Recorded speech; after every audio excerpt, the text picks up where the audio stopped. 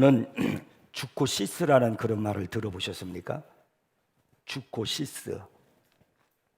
이 말이 무슨 말이냐면은 동물원의 그 사자들 있잖아요. 이 사자들이 우리 안을 불안하게 서성거리는 그런 증상을 지칭하는 용어입니다. 이걸 가지고 주코시스 이렇게 말을 합니다. 전문 용어로는 이제 상동증이라고 그렇게 말을 하거든요. 이런 갇힌 동물에게서 특별히 나타나는 어떤 특별한 목표나 기능과 상관없이 그냥 반복적이고 규칙적인 행동 패턴을 가지고 보통 이제 상동증 또 주코시스 그렇게 이제 말을 합니다. 이 주코시스라는 이 단어는 두 개의 단어가 합쳐져서 이루어진 합성어입니다. 동물 할 때 우리가 쓰는 영어 단어가 있죠. 주라고 하는 단어하고요.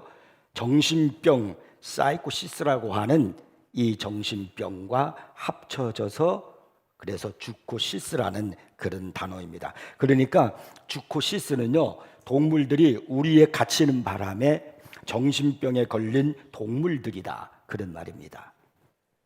여러분 동물에 가면은요, 사육사들이 그 동물들에 대해서 최대한으로 그 자연적인 환경을 조성하려고 무척이나 애를 쓰고 있는 것을 볼 수가 있습니다.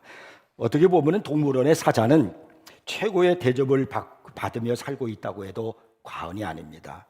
하루 종일 사자가 우리에서 이렇게 어슬렁어슬렁 거리다가 피곤하고 힘들고 지루하고 그러면 나무 같은데 그늘 같은데 그냥 누워서 엎드려서 잠을 잡니다.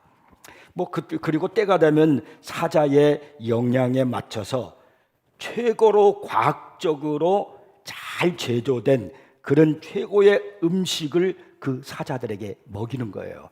그리고 병이 날까봐 시시때때로 건강검진을 하고 또 주사도 놓고 또 영양식도 먹이기도 하고 그럽니다. 자, 그러면 이런 우리 안에서 이렇게 사육사들에 의해서 키움을 받고 있는 이 사자는 행복할까요? 사자는 초원에서 살아야 됩니다. 하나님께서 창조하신 그 모습대로 살아갈 때에 그 사자가 행복을 느끼는 겁니다. 이것은 여러분 사람에게도 마찬가지입니다. 우리는 동물에는 있는 사자처럼 이렇게 우리에 갇혀 있는 그런 모습은 아니지만은 많은 사람들이 일종의 주코시스를 앓고 있다는 겁니다. 우리 안에 사자처럼 어색하기 짝이 없는 환경과 그리고 자신과 맞지 않는 환경에서 불안 속에 그렇게 살아가고 있다는 겁니다. 인간은 자신들이 설계한 환경에서 현대 사회를 만들어가면서 이런 곳에서 살아야 행복하다라고 그렇게 느끼고 있습니다. 또 그렇게 믿고 생각합니다. 근데 과연 정말 그럴까요? 자, 여러분들이 지금 현대 사회 속에서 살아가고 있는데 이 환경 속에서 이 시대 속에서 되어지는 일들, 만들어져 가는 이 일들로 인하여 여러분은 얼마만큼 행복을 누리면서 살아가고 있습니까? 이상하게도 과학적이고 문명적인 선진국에 살고 있는 사람들 중에서 정신병자들이 많고 자살하는 사람들이 더 많다는 겁니다. 저 아프리카나 어렵게 살고 있는 동남아시아 같은 곳에 있는 사람들은 정신병자도 적고 자살하는 사람도 많지 않습니다. 이건 무엇을 말하는 것일까요? 세계의 행복 지수를 갖고 있는 나라들마다 어느 나라 사람들이 가장 행복하게 살고 있는가 그 나라 행복 지수를 이렇게 측정을 했는데 1위가 어느 나라이냐면은 부탄이라고 하는 나라입니다. 이 부탄이라는 나라의 그 인구가 한 75만에서 76만 정도 되거든요. 그리고 그들의 국민 소득은 3,483달러로 최빈국에 속해 있습니다. 그런데요, 이 부탄에 살고 있는 국민들의 97%가 나는 우리나라에 살고 있는 것이 행복하다 그렇게 여기고 있다는 거예요. 여러분은 지금 대한민국에 살고 있는 지금 이 모습이 나는 행복하다라고 하는 사람들이 몇 퍼센트나 될 것 같습니까? 하나님께서 처음 인간을 창조하셨을 때는요, 행복했습니다. 에덴 동산에서의 삶은 행복, 한마디로 행복 그 자체였습니다. 그런데 아담과 하와는 하나님께로부터 선악을 알게 되는 열매를 먹지 말라는 분명한 법을 받았지만은 스스로 법이 되기로 선택한 겁니다. 인간 자신이 법이 되기로요. 그래서 자기 마음대로 하는 거죠. 그래서 선악과를 따먹었습니다. 그 이후의 인류의 역사는 내내 그 길을 따라가고 그 길을 걷고 있는 겁니다. 아담과 하와의 아들 가인이 동생을 살해하자 하나님은요 가인에게 저주를 내리셨습니다. 그때 가인이 하나님 앞에 이렇게 말해요. 창세기 4장 13절 14절이에요. 여호와께 아뢰되 내 죄벌이 지기가 너무 무거우니다. 주께서 오늘 이 지면에서 나를 쫓아내시온즉 내가 주의 낯을 배웁지 못하리니 내가 땅에서 피하며 유리하는 자가 될지라 무릇 나를 만나는 자마다 나를 죽이겠나이다. 그런 이렇게 두려워하고 있는 거예요. 자기 동생을 죽이고 난 다음에 하나님께로부터 저주를 받고 난 다음에 그는 자기의 인생에 대해서 불안해하고 있는 거예요. 행복을 잃어버렸어요. 그러자 하나님께서는 창세기 4장 15절에서 이렇게 말씀합니다. 그렇지 아니하다. 가인을 죽이는 자는 벌을 7배나 받으리라 하시고 가인에게 표를 주사 그를 만나는 모든 사람에게서 죽임을 면하게 하시니라. 하나님께서 가인을 보호해 주시고 내가 내 행복을 책임지겠다 이렇게 약속을 해 주셨습니다. 그럼에도 불구하고 이 가인은 하나님의 약속을 믿을 수가 없었어요. 그래서 스스로가 내 행복은 내가 만들어야 된다 그렇게 생각을 하고서 그가 스스로가 성을 만들었습니다. 창세기 4장에 보면은 가인이 가장 먼저 한 일이 뭐냐면 성을 쌓는 거예요. 성을 만들어 건설했습니다.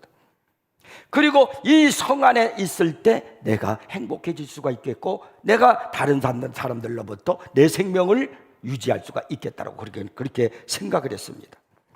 그런 하나님의 약속 대신에 자신을 안전하게 지켜줄 성을 의지하며 그렇게 살아가기로 선택을 한 것입니다. 자크 레엘 윌이라고 하는 사람이 있는데요. 이 사람은요 자립과 자유를 인간 도시들의 정신의 근간이다 이런 말을 했어요. 인간이 도시를 건설하는 그 밑바탕에는 보호와 자족을 통한 번영을 위한 필요한 모든 것을 갖추려는 마음이 깔려 있기 때문이라는 그런 말을 했습니다. 이러한 사상은 인간 자신들이 스스로가 자꾸 도시를 건설하고 자꾸 쌓아가는 거예요. 그러면서 우리가 그렇게 할 때 행복해질 수 있다라고 여기고 있다는 거예요. 그 결정적인 것이 바로 뭐냐면 바벨탑입니다. 그러나 바벨탑은 결코 우리 인간의 행복을 만들어줄 수가 없습니다. 철학자 에리 프롬의 저서에 보면 소유와 존재라는 그런 책이 하나 있거든요. 그 책에서 그가 아주 유명한 말을 했습니다. 인간 타락은 바벨탑 비전에서 비롯된다. 인간이 바벨탑을 만들 때의 일을 생각해 보십시오. 신할 광야로 가서 바벨탑을 하늘까지 쌓아서 우리가 흩어짐을 면하자, 이 안정과 번영을 누리자. 이 말이 무슨 말이에요? 이 안에서 우리가 서로 행복을 쌓자 이렇게 말을 했어요. 그러나 이런 인간의 교만이 바벨탑을 쌓고 스스로가 자기네들이 바벨탑을 쌓을 때 행복해질 수 있을 것이라고 여겼던 그들에게 하나님의 심판이 임하고 그들이고 세계를 망치고 만 거예요. 오늘도 바벨탑을 쌓으면서 인간의 세계는 행복을 잃어가고 그리고 망치고 있다는 사실입니다. 오늘 본문에 보면은 바벨탑을 쌓으면서 죽고 시스를 앓고 있는 한 부자에 대한 이야기가 나오고 있는 겁니다. 이 사람은 행복을 잃어버린 부자입니다. 이 부자는 그의 농사가 잘 되어가고 있었습니다. 보아하니 이번 가을의 소출은 예년보다 더 많을 것으로 예상했습니다. 현재 갖고 있는 곡간을 더 넓히고 크게 개조하는 작업을 착수하기 시작합니다. 쌓는 거죠. 이게 바벨탑이에요. 그래서 여기에 많은 양식을 쌓아놓으면 나는 이제 행복할 것이라는 거지요. 근데 이 사람의 예상은 적중했습니다. 그는 성경 지명이 있었습니다. 그는 미래를 내다보는 미래지향적인 안목을 가지고 있었습니다. 그래서 그의 가을에 정말로 그는 풍성한 소출을 거둬들일 수 있었습니다. 그래서 자기가 이미 만들어 놓은 그 곡간마다 곡식을 가득 채워 놓은 겁니다. 자, 이제 모든 곡식을 다 쌓아놓고 난 다음에 그리고 너무나도 기분이 좋아진 이 부자가 그날 밤 독백처럼 속삭이는 말이 있었어요.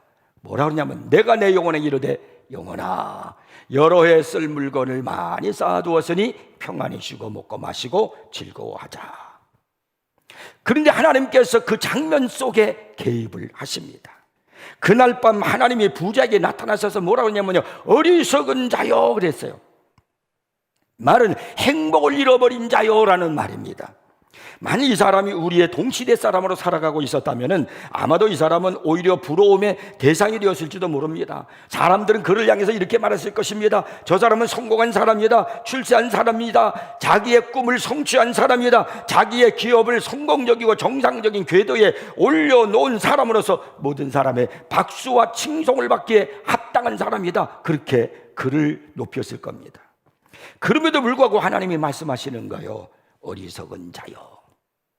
주님께서 말씀하신 이 말의 의미가 무엇입니까? 행복을 잃어버린 자여 라는 말입니다. 그는 자기가 그렇게 쌓아놓으면은, 성을 쌓아놓고 바벨탑을 쌓아놓으면은 자기가 그 안에서 행복을 누릴 줄 알고 있었는데, 하나님은 그렇지 않다는 거예요. 그래서 어리석은 자여라고 그를 부르고 있습니다.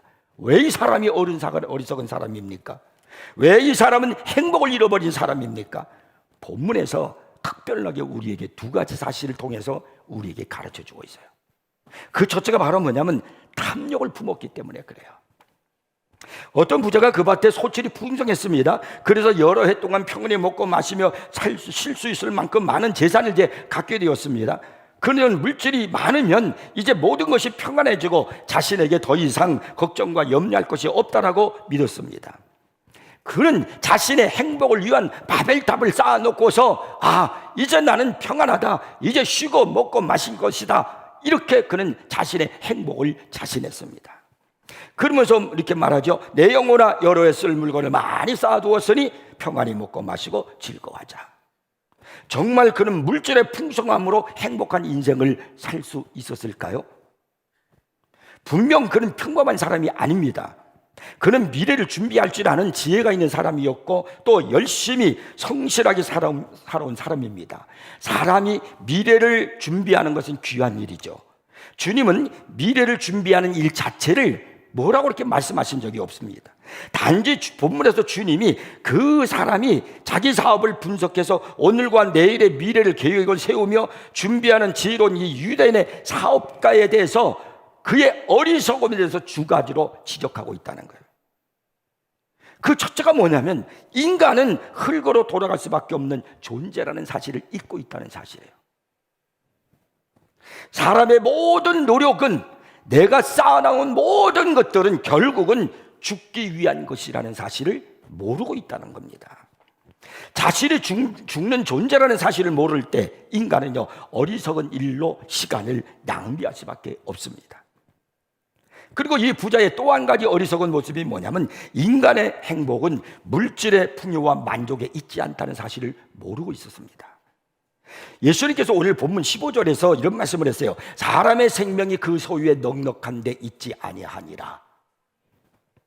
여기서 생명이라는 말의 헬러를 보니까 조에라는 그런 단어를 쓰고 있거든요. 여기에는 두 가지 의미를 지니고 있어요. 그게 뭐냐면, 단순히 생물학적 생명만 의미하는 것이 아니라 질적인 삶으로서요, 의미와 보람과 기쁨으로 가득 찬 생명을 말하는 거예요. 우리가 생명하면은 이 생물학적으로 목숨, 이것만 의미하겠습니까? 사람이 생명을 살고 있다, 내가 살아간다라고 하는 것은 삶의 의미와 보람과 기쁨, 이런 것들이 가득 차 있을 때 삶의 의미가 있는 거 아니겠습니까? 즉, 인생의 참된 행복과 가치는 물질만으로 절대 채워지지 않는다는 겁니다. 이 부자는 물질로 자기 영혼까지 행복하고 만족할 수 있다고 생각하는 어리석은 사람이었습니다. 프리스턴 대학에 유명한 두 지성이 있었습니다. 한 사람은 노벨상을 수상한 심리학자 데니얼 카너먼 박사이고요. 또 한 사람은 저명한 경제학자 앵거스 디턴이라는 박사입니다. 근데 이 두 사람이요, 45만 개의 갤럽 조사 결과를 수개월간 분석한 결과, 우리의 전반적인 행복이 수입과 함께 상승을 어느 정도 하지만 한계점이 있다, 우리의 행복은 한계점이 있다라는 그런 결론을 내렸습니다. 그 한계점 이후에는 행복이 그대로 유지되거나 오히려 행복이 하락한다는 것입니다. 여기에 이제 디턴이라는 사람이 한 말을 한번 들어보세요. 어디에서 살건 정서적인 행복은 7만 5천 달러를 가질 때까지만 증거한다. 그 이상에서는 돈이 더 큰 행복을 주지 못한다. 일종의 한계점에 부딪힌 것이다. 그 이상에서는 단순히 더 많은 돈을 가진다고 해서 정서적 행복이 증가하지 않는다. 이렇게 말을 했습니다. 이 연구에 따르면 심지어 생활비가 비싼 도시, 뉴욕 같은 그런 도시에서 7만 5천 달러가 한계로 보인다. 그런 도시에 살고 있으면서도요. 그러면서 결론을 내리기를 중상층에 진입하면은 돈과 재물에서 더 이상 행복을 느끼지 못한다라는 그런 말을 했습니다. 돈이 많아야 충분하냐라는 그런 질문에 대해서 서기왕 존 록펠러가 한 유명한 대답이 있잖아요. 그 당시에 최고의 거부요. 어마어마한 거부였던 존 록펠러에게 돈이 얼마나 많아야 충분하겠습니까? 만족하시겠습니까? 그랬을 때 그때 이 존 록펠러가 말하기를 조금만 더요. 그렇게 많은 돈을 가지고 있으면서도 하는 말이 조금만 더요. 끝이 없다는 겁니다. 그러니까 돈이 많아야 더 행복해진다는 말은 거짓말입니다. 속지 말라는 거예요. 그러다면 진실은 무엇입니까? 증상층의 진입 이후에는 수학 체감의 법칙이 작용한다는 거예요. 오히려 돈이 많아질수록 더 많은 문제가 발생하기 시작한다는 겁니다. 무엇보다도 사회와 경제 지위에 상관없이 인생에서 가장 중요한 것이 바로 뭐냐면 재물이 아니라 하나님과의 관계라고 그렇게 말했습니다. 여기 더 많은 재물은 니꼬로 더 큰 행복이라는 공식은 잘못된 것입니다. 우리는 더 많은 재물을 가지면 행복할 것이다 라고 생각하지만 아니라는 거예요. 재물이 많으면 더 많은 문제가, 손해가 더 많아요. 이걸 수학 체감의 법칙이라고 그러는 말이에요. 돈이 많으면 더 행복할 것 같은데 행복이 줄어든다는 거예요. 스트레스가 더 많아진다는 거예요. 시간이 줄어든다는 거예요. 돈 쓰고 그런 것들로 인하여 여러 가지 일들로 소비됨으로 내 시간이, 내가 활용할 수 있는 시간이 줄어든다는 거예요. 그리고 관계에 이 문제가 발생하게 되고요. 하나님 앞에 기도하는 시간이 줄어들게 되고요. 내가 정말로 갈망하는 것이 무엇인가 하는 것을 잃어버리고 줄어들게 된다는 거예요. 물질은 물론 소중합니다. 그러나 이 부자의 비유에서 보듯이요, 내가 가지고 갈 수가 없고 영원히 소유할 수 없다는 사실을 여러분 기억하셔야 됩니다. 그리고 이 물질의 풍성함이 절대 인간의 행복을 보장하는 것이 아니라는 사실도 기억하셔야 됩니다. 오늘 바로 주님이 나를 부르시면 다 두고 가야 되는 거예요. 우리는 흙으로 돌아갈 수밖에 없는 존재라는 이 사실을 잊지 말아야 됩니다. 이것을 기억하고 사는 사람은 탐욕의 유혹에서 우리는 벗어날 수가 있어요. 왜 조금 더 많이 그것이 우리를 행복하게 할 것이라는 것은 착각이에요. 그건 거짓입니다. 왜 그러냐? 탐욕 때문에. 이 안에 탐욕 때문에. 여러분, 우주에 있는 모든 것을 다 가져다 주어도 절대로 인간의 마음속에 탐욕은 채울 수가 없어요. 야고보서 4장 14절 말씀이 이렇게 하죠. 내일 일을 너희가 알지 못하는도다. 그렇죠. 너희 생명이 무엇이냐? 너희는 잠깐 보이다가 없어지는 안개니라. 그리고 16절 17절에 보니까 이제도 너희가 허탄한 자랑을 하니 그러한 자랑은 다 악한 것이라. 그러므로 사람이 선을 행할 줄 알고도 행하지 아니하면 죄인이라고 그랬습니다. 진정한 자기 자신을 보지 못하게 만드는 탐욕은 우리를 어리석은 인생으로 만드는 거예요. 오늘날 우리 사회에서 일어나는 수많은 범죄들의 대부분이 전부 다 이 탐욕에서 비롯된 거예요. 롯이 소돔성에 들어가서 살았는데 부끄러운 구원을 받았어요. 소돔성이 유황불로 심판받을 때 아브라함의 기도로 말미암아 부끄럽게 천사의 손에 붙들려서 부끄럽게 다 자기의 모든 것, 소돔성에다 쌓아놨던 그 모든 바벨탑 자기 거 다 거기서 잃어버리고 부끄러운 구원을 받았어요. 왜 그가 그런 일이 벌어졌습니까? 탐욕 때문에 그런 거예요. 롯의 목자와 아브라함의 목자가 서로 다투니까 아브라함이 이러면 안 되겠다. 너와 나 같은 우린 친족인데 우리가 다투어야 되겠느냐. 그러니 내가 먼저 좋은 곳을 선택해라. 그래서 목초지가 어디가 좋은가 이렇게 해서 이 롯이 보니까 소돔 들녘이 요단 들녘처럼 너무나 하나님의 에덴 동산 같다 그랬어요. 나 저리 가겠습니다. 그래서 그가 그것을 선택해서 갔어요. 그곳은 정말 하나님의 은혜가 있는 곳인가? 거기에서 내가 예배 생활하고 하나님 앞에 기도할 수 있는 자리인가? 내가 믿음을 지킬 수 있는 곳인가를 생각하기 전에 내가 어떻게 하면 더 많은 재물을 얻을 수 있을까? 탐욕의 눈이 어두워서 소돔성을 선택한 결과가 롯에게는 부끄러운 구원이라는 그러한 딱지를 붙이고 만 겁니다. 이스라엘 백성들이 출애굽을 여리고성을 정복을 했습니다. 그리고 난 다음에 아이성 조그만 성을 쳐들어가는데 그만 그 성에서 패배하고 이스라엘의 많은 군사들이 죽임을 당하고 말았습니다. 일이 어찌된 일인가? 너무나도 백성들이 괴롭고 다 슬퍼하고, 그리고 지도자 여호수아가 가슴을 치면서 하나님 앞에 기도하지 않을 수 없었어요. 원인은 아간이라고 하는 한 사람이 탐욕을 품었기 때문에 이 결과를 빚게 된 겁니다. 그가 외투와 보물과 이런 것들을 감추어뒀어요. 여리고성에 있는 것은 첫 번째 것이니까 손대지 말라고 그랬거든요. 그런데 그걸 보는 순간 눈이 뒤집혔어요. 저걸 갖고 싶어졌어요. 탐욕을 품었어요. 그래서 몰래 감추어두었습니다. 아무도 모르는 줄 알았는데 사람을 속일 수 있어도 불꽃 같은 눈동자로 지금도 나를 보시고 계시는 하나님의 눈을 속일 수가 없어요. 결국은 이 아간의 탐욕 때문에 아간 본인은 물론이고 그 가족 전체가 심판을 받고 말았습니다. 엘리사의 종이었던 게하시, 이제 엘리사의 뒤를 이어서 아마 훌륭한 하나님의 선지자의 뒤를 이을 수 있는 그런 사람이었을 거예요. 그런데 이 게하시가 어느 날 탐욕을 품었어요.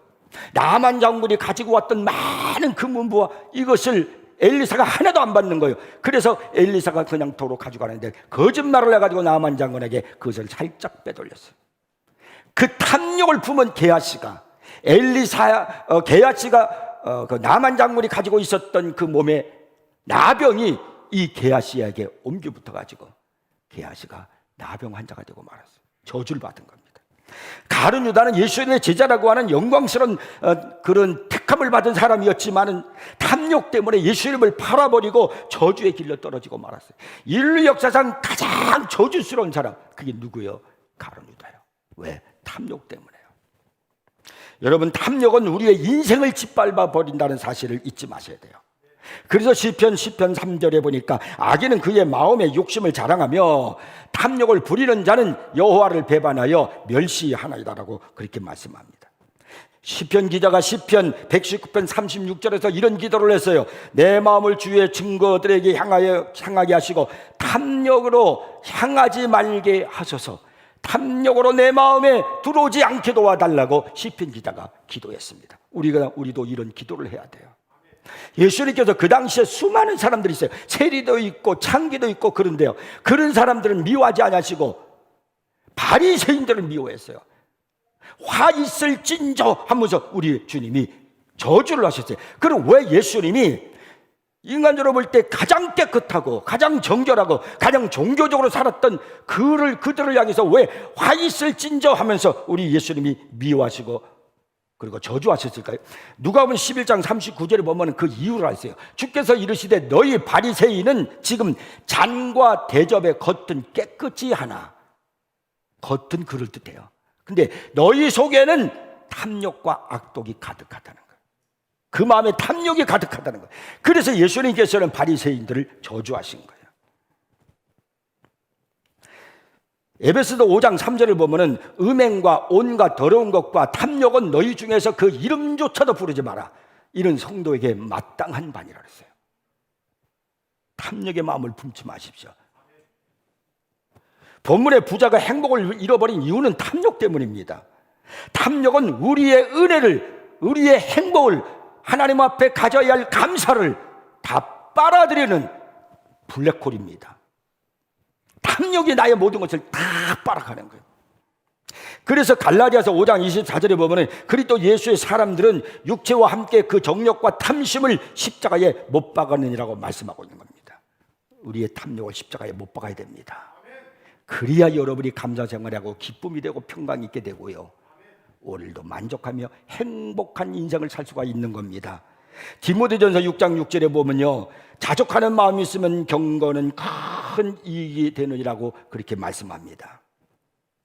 여러분, 재물이라고 하는 우리에 갇혀 있지 마십시오. 명예라고 하는 우리에 갇혀 있지 마십시오. 거기에 안에 갇혀 있으면서 내가 이 안에 살면은 어슬렁거리면서 많은 재물 때문에, 명예 때문에, 여러 가지 이런 이유 때문에 내가 여기 갇혀 있으면서 내가 살면 행복하리라 라고 생각할지 모르지만 그 사람은 행복을 잃은 주컷이세요.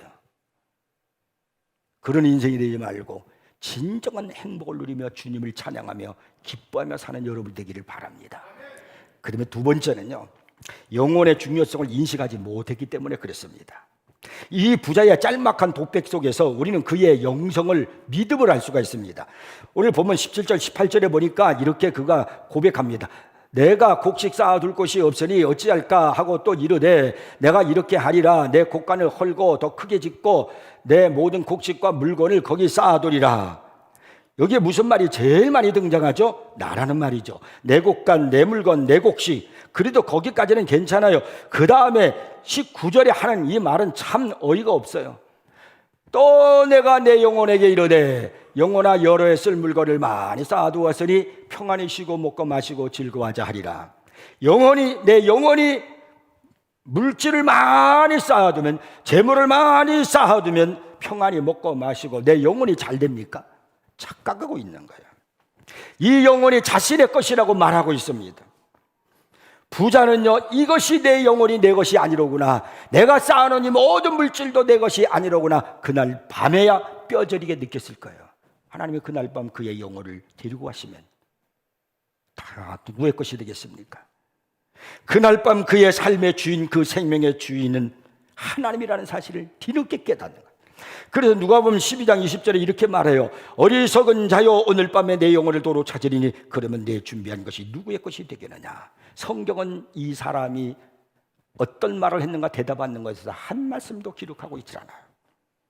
그러나 그는 그 순간 비로소 뼈저리게 아픔을 경험하며 깨닫기 시작했을 겁니다. 자기가 가지고 있는 모든 것이 내 것이 아니라는 사실을 발견하기 시작했을 겁니다. 어떠한 사람에 대해서 물질에 대한 그의 태도를 보면 그의 신앙과 그의 영성을 알 수가 있습니다. 그래서 한 유명한 설교가는 사람들의 물질관을 두 가지로 말했습니다. 창을 통해서 물질을 바라보는 사람이 있고 거울을 통해서 물질을 바라보는 사람이 있다고 했어요. 거울을 통해서 나를 보면 나밖에 보이질 않아요. 그런 사람은 물질을 바라보면서 느끼는 것이 뭐냐면, 내가 열심히 땀을 흘려서 벌어들인 거야. 아침부터 저녁 때까지 내가 노력해서, 내가 많이 투자해서, 내가 그런 재테크를 잘해가지고 이만큼 내가 벌어들인 거야. 그러니 이 돈, 내 돈 내가 가지고 내 마음대로 누리겠다는데, 내 마음대로 살아갈 권리가 있는데 누가 뭐라 그래? 그는 인생의 거울 속에서 자기 자신밖에 보지 못하는 겁니다. 또 한 종류의 사람은 유리 속에서 창을 통해서 자기를 보는 사람이에요. 그는 물질이 어디에서 왔는가? 라는 그 대답에 대해서 창을 통해서 볼 때 나만 보이는 것이 아니거든요. 주님께서 나에게 행하신 일들이 보여집니다. 주님께서 나에게 건강을 주시지 않았더라면, 주님께서 나에게 지혜를 주시지 않았더라면, 주님께서 나에게 이런 환경과 삶을 주시지 않았더라면 내가 어떻게 이렇게 경제적인 취득을 할 수가 있겠고 오늘까지 이렇게 살 수가 있었겠는가? 다 주의 은혜입니다. 이렇게 고백하게 된다는 거예요. 그러니까 그 사람의 언어 속에서, 그 사람의 사고 속에서 그 사람의 신앙과 그리고 그 사람의 영성을 알 수가 있는 겁니다. 여기 본문에 나와 있는 부자의 독백을 들어보세요. 내 곡식 내 물건이라고 말하죠. 그는 모든 것이 출처가 철저하게 자기 자신이라고 의식하고 있습니다. 그래서 그는 오직 나밖에 몰라요.